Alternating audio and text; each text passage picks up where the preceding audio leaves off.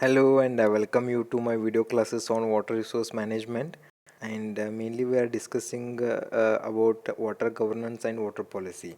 So in this video we are mainly focusing on national water law. Right, so it is what exactly we are discussing on water governance and water policy, but in this today's video we are mainly focusing on national water law. So myself Vishwanath Avati, and you will see today's content. So what we are mainly discussing in this video, so one is introduction part, next is need for national water law, then some of the substances or consist exactly what national water law is consist. If you want to prepare the national water law, then what exactly it has to included, right? So now we'll go for introduction part, right? So here we have to understand the importance of natural resource, right? So natural resources are essential for the survival of all the form of life, not only human. Even the natural resources are required for birds, even natural resources are required for animals, even what natural water resources are required for microorganisms also, right? So, and the water is one of the most crucial element in our national development planning. So for example, if you take any country, it has to make the developmental activities. If you have a good water resource, then you can make a good developmental activity. For example, you can take the example of some of the countries in South Africa or North Africa, and some of the countries in some of the Arabian countries, they have a shortage of water, right? So here also water will takes the main role of developmental activities. Next is the unsustainable use of these resources in the all form has intensified the competition of multiple users of natural resource, leading to limitless depletion, right? So here there mainly here it is the focus for the point is unsustainable use of these resource, unsustainable, right? Not in a good manner. So it has creating the depletion of natural resource. If you're not using properly, for example, how much water is now we are getting annually, and that much of water we have to use, but how much we are getting water, more than that we are using, right? That is what depletion of water. So that's what we have to manage the water resource with the proper rules and regulations. That's what water rules and regulations are required. So but in India, under Indian constitution, water is primarily a state subject. We have a federal government here, and even you have a federal government, even we have a states. So here main water will be managed by state, right? Whatever the rules and regulations will be framed, it will be from state governments, but even central government will takes the main role. Why? Because we'll explain why it is required national water law, right? So next, the law must balance economy, right? So we require developmental activities, but we should not neglect environment, ecosystem, as well as a social cultural demand, and establishment norms, standards, optimal regulations, sustainable management of water resources. See, these are the important requirements. If you want to make the if you want to frame national water law, then you have to focus on all this field. One is economy, even you have to focus, even you have to focus on environment, even you have to focus on social development, and even cultural demand, and even you have to make the standard rules and regulations, but it should be sustainable management water resource. So next, need. Why it is needed? Why national water law is needed? I am not discussing only on water law. It is national water law. Why national water law is required? And even it is a state, state subject. Whatever resource will be managed by state, then no need of national water law. But here we are discussing why need of national water law.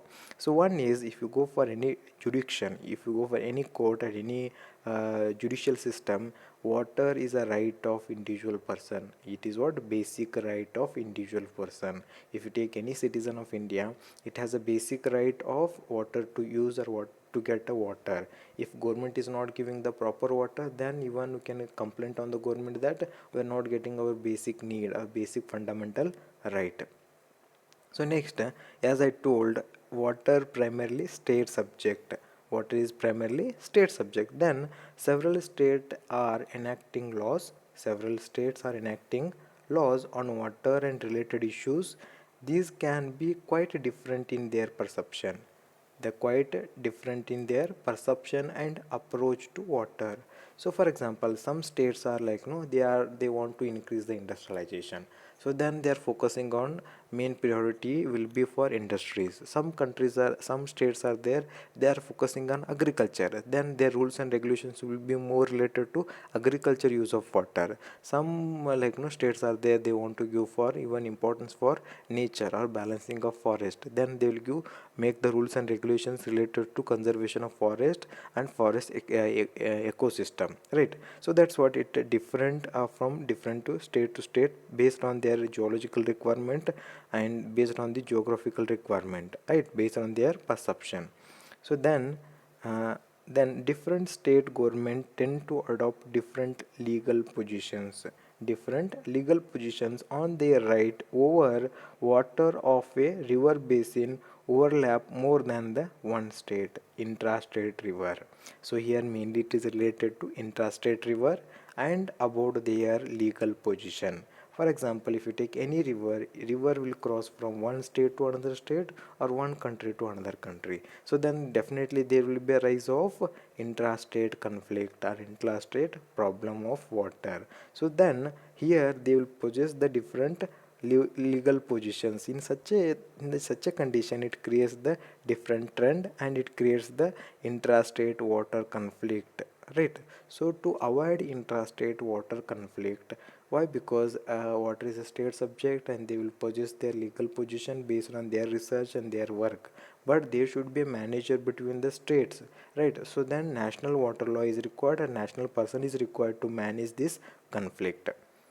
So next, other concerns are pollution, right? We know how much pollutions we are making the on the river.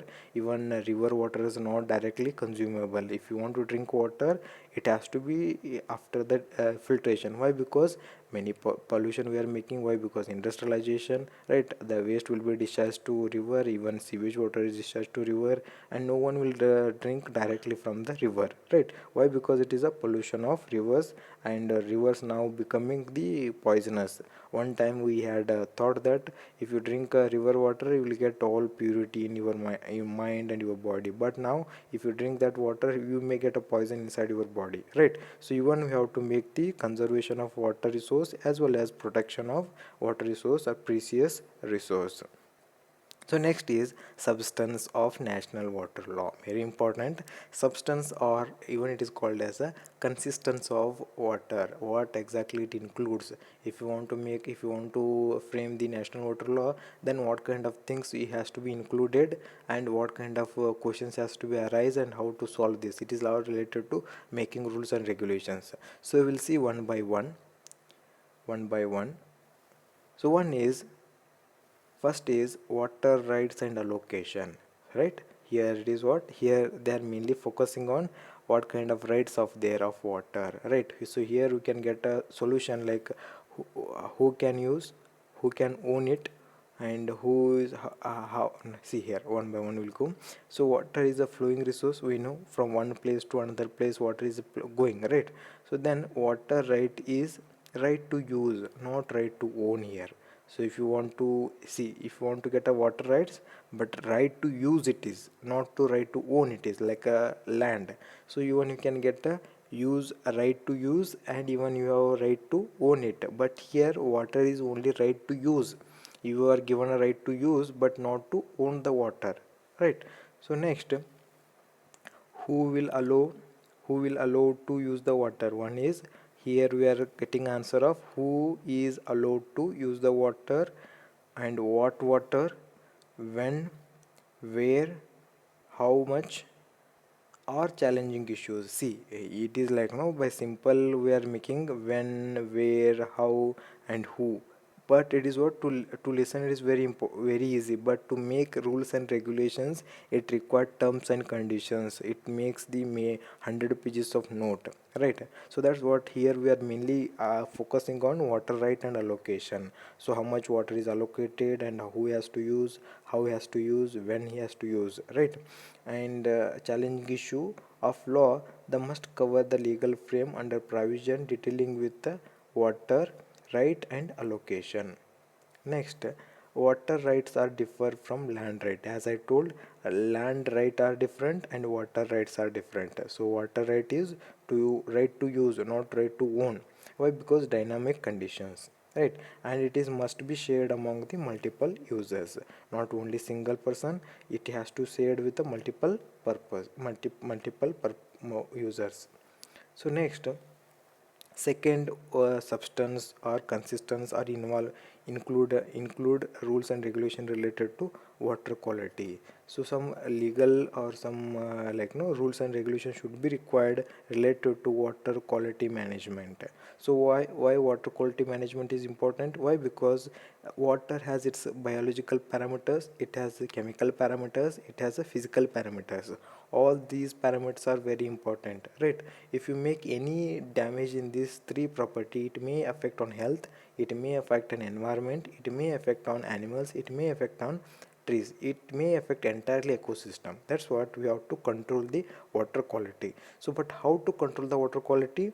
The natural water quality is affected by human activities, right? So it is what affected by us only, because natural water or from rainwater, it will be in a good condition, and we are making these some activities, and due to some activities it getting affected, right? So mainly it is what point source means exactly from the industry. We know some industries are there, they are discharging the water to the river, right? From that particular industry we are discharging the water to the river. We know what are the chemical parameters, what are the biological parameters from that industry, right? So but we know non-point source of pollution. Non-point of source of pollution means it is like sewage water from the city. So because we don't know how many, what kind of chemical parameters from commercial area, what kind of chemical compositions from residential area, industrial area, right? And even you can tell the example of non-point source is agricultural water, surface runoff from the agriculture, right? Because of different soil contaminations. Some places they may use fertilizers, some places they may not use the fertilizers and pesticides. That's what called as a non-point source. We can get understand from that word. Point means from particular place, non-point means from different places, right? So next, legal can regulate such activities through prohibiting contaminants. So one is we have to prohibit the contaminants. So if you have to make some of the contaminants, for example lead, so lead in the water, it should be prohibited. If someone in, if some industry of drinking water, it has providing the drinking water bottles, then even they has to maintain the water quality. And the water quality means what? They has to, the water has to be free from lead, right? Cyanides, these kind of some dangerous contaminations. Then the use of license, even they are using license to discharge the wastewater based on the study, based on the some conditions. They will give permission to the industry to discharge the waste, but there will be terms and conditions. Why? Because even we can discharge the water to the river, after some time, due to the self purification of river, water quality will be improving, right? Even treatment is not required, but there should be some conditions. You cannot discharge all the type of water, we have to discharge only some particular parameters of water, right? So that's what license will be issued, permits will be given, and zoning of protection area, because we cannot permit in all the places, we have required some particular distance, and between that distance only water is making the self purification. When you are not giving for self purification, then how can right, no, it may affect, it affects on water quality. That's what proper management is required and proper rules and regulations is required, right? Only you have to provide after some distance, we can call intervals of discharge of wastewater. Next, economic instruments such as pollution charges. See, we can manage the water quality, and in these rules and regulations, even it has to include about pollution charges like a fine, penalty used in some countries to control the raw water quality. So here also they are making the rules. See, mainly in this substance, we should include some of the rules and regulations to manage water quality, how to manage the water quality, and making some rules and regulations, and even making the punishments means in the form of fine and in the form of charges. Next, water services. So here we know many services, bank services, right? Institutional services, and insurance services and information technology services. So here also water services means we are getting some facility about the water. So water services means you can call water supply and drainage connections, right? We have some departments called urban water supply and drainage board, right? So these kind of things are related to water service. So here also some rules and regulations should be required, right? So first we have to understand what we mean by water services. So water services in context refers to water supply for domestic, industrial and sanitations means sewer connections. It includes taking of water, treatment of water, distribution of fresh water. So then after distribution of fresh water, there will be use of water. After use of water, there will be the production of wastewater. So then we have to collect the wastewater, then we have to make the treatment of wastewater, then we have to dispose the sewage water to the river or some other places. See here, we cannot discharge directly. If you want to discharge the wastewater to the river, then you have to collect first, then you have to make the treatment, then you have to make disposal. But in India we are not making this because of investment. We have a less investment and we have a very complex wastewater, right? And less education of less awareness among the people. Next, the rules and regulations related to this water service are, right? So that includes the structure. We require different types of structure. Then how to construct those structures? What are the standard parameters we have to maintain? Then who will be owner of that structure? Then control of the industry. How to control the industry? Specific duties or tax, specific duties to the supply, standard of supplies, right? We have to maintain the some standards also, right? For example, for drinking water standards, right? You maybe heard about drinking water standards, disposal water standards, industrial water standards. So that standards also be maintained. And regulation of tax, customer services, water efficiency, though. So these kind of things has to be included in national water law. Next, we'll go for fourth one, land use. So land use means what? It is used by human. So we are using for land for many purposes, right? And we are neglected the natural resource. For example, many of the lakes are acquired by people and now they are making it as a township, right? So actually earlier time it is one of the ecosystem of water, but what now people are making, they are making the pervious to impervious, and due to the impervious making, there is a less recharge, and due to the less recharge all the lakes are drying up, right? And due to the drying of lake, they are acquiring the lake and they are making the construction activities, right? To control these activities, the rules and regulations are required related to land use. So here land use planning and regulations is a vital for safeguarding environmentally vulnerable water resource areas. So one environmentally vulnerable water resource such as wetlands or lakes, river bank ecosystem or streams, or even you can take a pond, right? Even you can take streams, whatever it is related to water resource, right? So some of the regulations measures in a place includes buffer zoning. So you have heard about buffer zoning means giving extra area. For example, if you have a lake, then we have to maintain around 500 meters of buffer zone, and we are making some standard rules. So within this you cannot construct any construction activities, that is called as a buffer zone, a restricted area for the building constructions. And even building regulations, we have some of the authorities are there, right? So when they are approving for buildings, they has to check whether it is legal or illegal of land, right? So because they has to check whether they are constructing in the water resource or water resource area, or within the water resource area or outside the water resource area. That's what called building regulations. And even construction permits, mainly it is related to safeguarding of water resource areas like a lake, river banks, stream banks, and even pond, and even some wetlands. Next, fifth one, protecting freshwater ecosystem resources. So here mainly it is related to environment. So environment, protecting freshwater ecosystem. See here it is, water is there, freshwater is there, but freshwater is also depends on the some ecosystem, and even that freshwater has to require some like no species. For example, fishes. As we know, fish may make the filtrations of water. So that's what even water related ecosystem is also very important. To even we have to save the water related ecosystem. For example, we have to maintain the soil erosion. Why? Because soil erosion may affect the water quality, right? So here we will understand one by one, right? Water related natural resource can be considered as a functioning unit, right? Water related natural resource can be considered as a functioning unit which provides variety of ecosystem service, which provides variety of ecosystem services. So here legislation regulating aspect include permits. We have to give some permissions, then limits, right?